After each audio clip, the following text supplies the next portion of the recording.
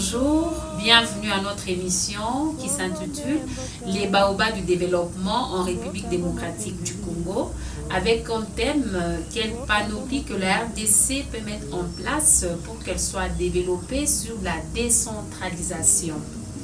L'émission sera présentée par Mademoiselle Virginie Kongéami et Madame Eunice Omba Poyo. À tout à l'heure.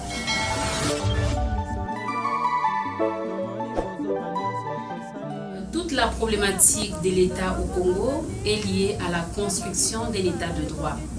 À cet effet, il faut partir de la condition juridique de l'État qui permet de déterminer les modalités de gestion. Il y a la gestion centralisée et la gestion décentralisée. On vise de répondre à ces missions traditionnelles, parmi lesquelles se trouve le développement de la nation. Mais nous allons nous focaliser plus sur la décentralisation fiscale.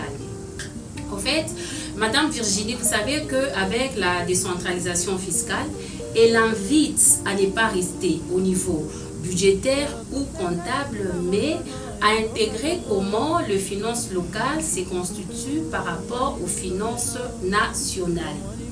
En plus de cela, la décentralisation fiscale accuse encore des distorsions flagrantes sur plusieurs mots, à savoir la non-application de la retenue à la source de 40% de recettes à caractère national, y compris la caisse de péréquation. Je vous accorde la parole. Oui, Madame Eunice, c'est sans doute tel que vous l'avez signalé sur la rétrocession et la péréquation, mais à ce niveau, vous devez savoir qu'une dynamique positive des recettes fiscales permet de constituer les garanties nécessaires pour la mobilisation des fonds supplémentaires. Sachant que la décentralisation fiscale joue le rôle correcteur sur les irrégularités et les inégalités en redistribuant le revenu du patrimoine et de l'activité économique au sein de la société. C'est pour cette raison qu'elle occupe une place centrale sur la structure des budgets locaux et de la construction de la vie démocratique locale.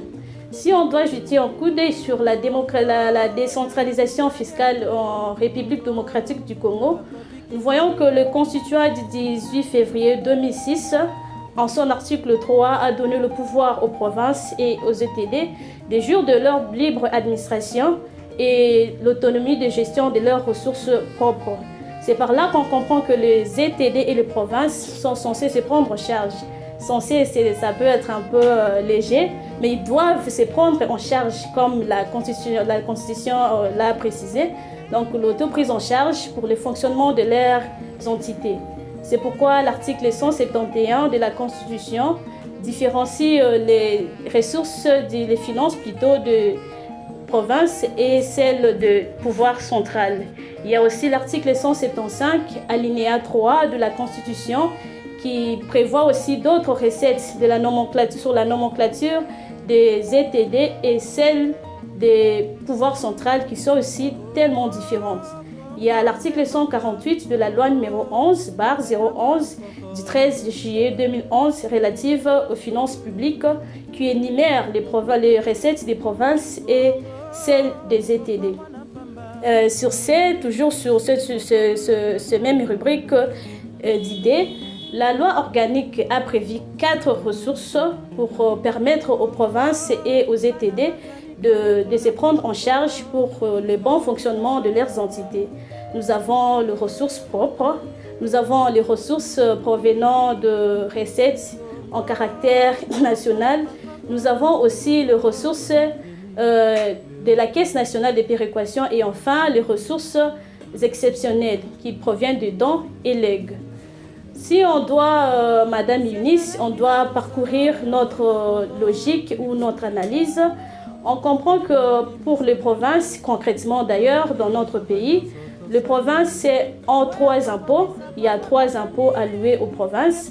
À part les impôts, nous avons aussi les taxes, droits et redevances. Pour les 3 impôts, nous avons impôt sur le revenu locatif, IRL, impôt foncier, IF, et puis l'impôt sur le véhicule automoteur terrestre qu'on appelle dans le langage courant vignette. Sur les taxes, on ne peut pas en citer parce que c'est toute une panoplie sur la nomenclature des recettes. Donc on peut pas en citer vu que le temps que nous avons est coûté. Et sur le recette ou les ressources des ETD, nous avons l'impôt minimum personnel, l'impôt plutôt minimum personnel ou l'impôt personnel minimum. Il y a le recette de participation et il y a aussi les taxes et droits locaux. Sur les taxes et droits locaux, nous trouvons les taxes d'intérêt commun. Nous avons les taxes spécifiques à chaque ETD et bien d'autres qu'on peut en trouver.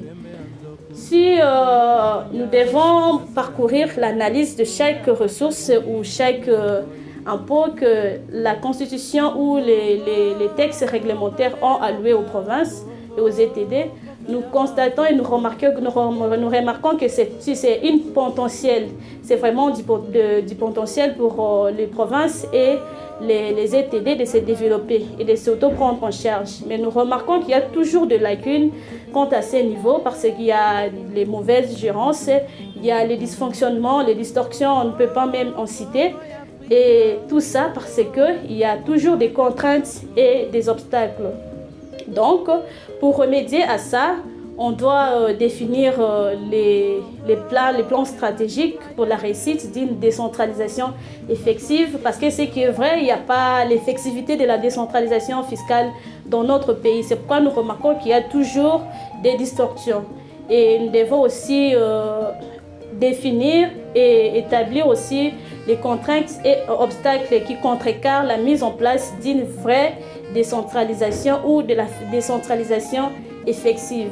Si on arrive à avoir tout ce que je viens de dire, nous allons remarquer qu'il y aura un changement sur le fonctionnement de la décentralisation fiscale. En tout cas, comme il n'y a pas assez de minutes, je crois que je vais me limiter là. Prochainement, on aura le temps d'en développer, de parler sur chaque ressource et analyser sur chaque impôt. Merci beaucoup, Madame Eunice, pour les 2 minutes me rajouter. Merci. Mademoiselle Virginie, je viens de vous écouter. Pour aller dans ces sens-là, je crois, la RDC fera preuve de certains indices de bonne foi. En plus de cela, je vous ai encore suivi, vous avez soulevé le point de l'autonomisation de la province. Et d'ailleurs, prochainement, nous pourrons parler sur de provinces qui sont très pauvres. Et c'est possible qu'elles soient développées sans pour autant avoir de ressources naturelles telles que le cuivre, le cobalt, les coltans, ainsi de suite. Nous sommes arrivés à la fin de notre émission. Écrivez-nous à ces 2 numéros.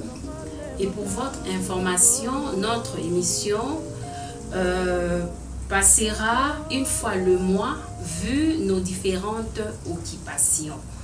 Merci.